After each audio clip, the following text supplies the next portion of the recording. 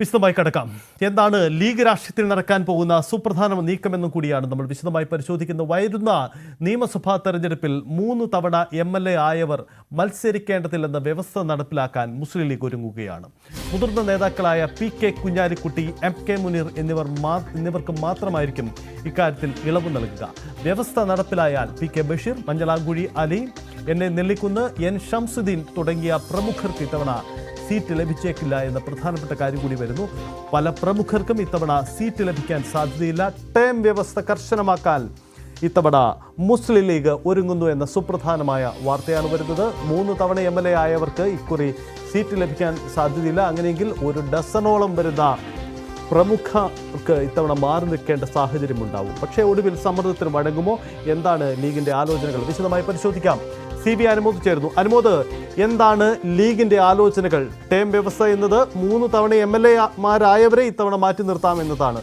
വരാനിരിക്കുന്നത് ഒരു സുപ്രധാന തെരഞ്ഞെടുപ്പ് പോരാട്ടമാണ്. ലീഗ് ഇത്തരമൊരു രാഷ്ട്രീയ പരീക്ഷണത്തിൽ ഒരുങ്ങുമ്പോൾ അതിന് എത്ര കണ്ട് വെല്ലുവിളി ഉണ്ടാകും? എന്താണ് ലീഗിന്റെ ആലോചനകൾ?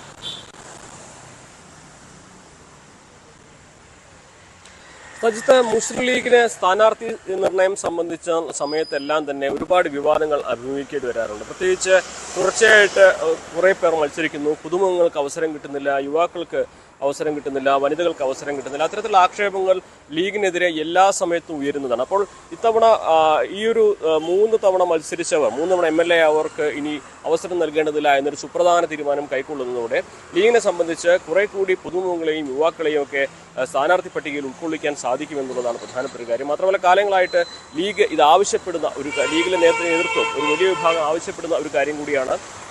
തുടർച്ചയായി മത്സരിക്കുന്നവർ മാറി നിൽക്കണം, ഒന്നിലേറെ പദവികൾ വഹിക്കുന്നവർക്ക് മാറ്റം വരണം. അത്തരത്തിലുള്ള കാലാനുസൃതമായ മാറ്റങ്ങൾ ലീഗിൽ കൊണ്ടുവന്നേ തീരുമെന്ന ആവശ്യം ലീഗിനുള്ളിൽ ശക്തമാണ്. കഴിഞ്ഞ പ്രധാനപ്പെട്ട മീറ്റിങ്ങുകളിലൊക്കെ, തെരഞ്ഞെടുപ്പിൻ്റെ സമയത്തുള്ള മീറ്റിങ്ങുകളിലൊക്കെ തന്നെ ഇത് ചർച്ചയായതുമാണ്. ഇതിപ്പോൾ ഈ ഒരു കാര്യത്തിൽ ഏറ്റവും പ്രധാനമായിട്ട് ലീഗ് കണക്കിലെടുക്കുന്നത് 3 തവണ MLA ആയവർ, അത് തുടർച്ചയായി 3 തവണ MLA ആവരാവട്ടെ, 3-ലധികം തവണ MLA ആയവരാവട്ടെ, അവർക്ക് ഇനി അവസരം നൽകേണ്ടതില്ല എന്ന തരത്തിലേക്കുള്ള ആലോചനകളാണ് ലീഗിൽ ഇപ്പോൾ സജീവമായിരിക്കുന്നത്. ഏറ്റവും പ്രധാനപ്പെട്ട ഒരു കാര്യം, അങ്ങനെ ഒരു തീരുമാനം വന്നു കഴിഞ്ഞാൽ ലീഗിൽ നേരത്തെ സജിത് സൂചിപ്പിച്ചതിൽ 1 ഡസന് അധികം സീറ്റുകളിൽ ഒഴിവ് വരാനുള്ള സാധ്യതയാണ് കാണുന്നത്. ഇപ്പോൾ തന്നെ ആ പട്ടിക പ്രകാരം നമുക്ക് മനസ്സിലാക്കാൻ കഴിയുന്നത് കാസർഗോഡ് MLA NA നെല്ലിക്കുന്ന്, അദ്ദേഹം 3 തവണ ഇതിനോടകം തന്നെ MLA ആയി കഴിഞ്ഞതാണ്. 2011 മുതൽ അദ്ദേഹം കാസർഗോഡ് മണ്ഡലത്തെ പ്രതിനിധീകരിക്കുന്നുണ്ട്. മലപ്പുറം ജില്ലയിലാണ് കൂടുതൽ ഇത്തരത്തിൽ ഒരു സീറ്റിൽ നിന്ന് 3 തവണയായി വിജയിച്ചു വന്നിട്ടുള്ളത്. അതിൽ ഏറ്റവും പ്രധാനം മലപ്പുറത്തെ MLA P ഉബൈദുള്ളയാണ്. അദ്ദേഹം 2011 മുതൽ തുടർച്ചയായിട്ട് മലപ്പുറം സീറ്റിൽ വിജയിക്കുന്നു. അതുപോലെ മഞ്ഞളാംകുഴിയിൽ അദ്ദേഹം 2 തവണ മങ്കടയും 2 തവണ പെരിന്തൽമണ്ണയും 1 തവണ മങ്കടയുമാണ് മത്സരിച്ചിട്ടുള്ളത്. അദ്ദേഹം തുടർച്ചയായി 3 തവണ MLA ആയി വന്ന ആളാണ്. ഏറ്റവും പ്രധാനപ്പെട്ട മറ്റൊരു പേര് PK ബഷീർ. അദ്ദേഹം ഏറനാട് മണ്ഡലം രൂപം കൊണ്ട കാലം മുതൽ, അതായത് 2011 മുതൽ അദ്ദേഹം തന്നെയാണ് അവിടുത്തെ MLA.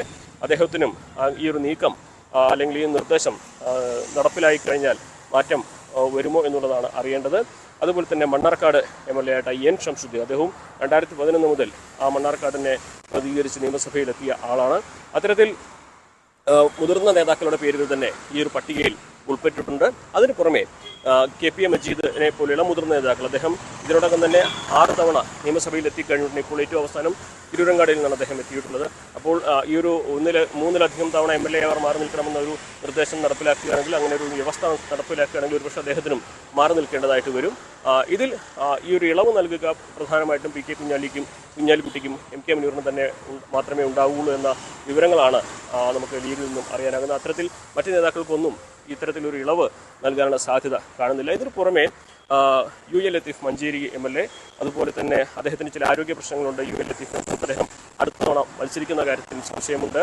അതുപോലെ തന്നെ മുസ്ലിം ലീഗിൻ്റെ ജില്ലാ സെക്രട്ടറി ആയിട്ടുള്ള P അബ്ദുൽ ഹമീദ് മാസ്റ്റർ, അദ്ദേഹം വള്ളിക്കുന്ന് മണ്ഡലത്തിലെ MLA ആണ്. 2 തവണയാണ് അദ്ദേഹം മത്സരിച്ചിട്ടുണ്ടെങ്കിലും അദ്ദേഹം ലീഗിൻ്റെ ജില്ലാ സെക്രട്ടറി സ്ഥാനം, അതുപോലെ തന്നെ MLA സ്ഥാനം, കേരള ബാങ്കിൻ്റെ ഡയറക്ടർ സ്ഥാനം, അങ്ങനെ 1-ലേറെ പദവികൾ അദ്ദേഹം വഹിക്കുന്നുണ്ട്. അദ്ദേഹത്തിനും മാറ്റം വരാനുള്ള ഒരു സാധ്യതയുണ്ട്.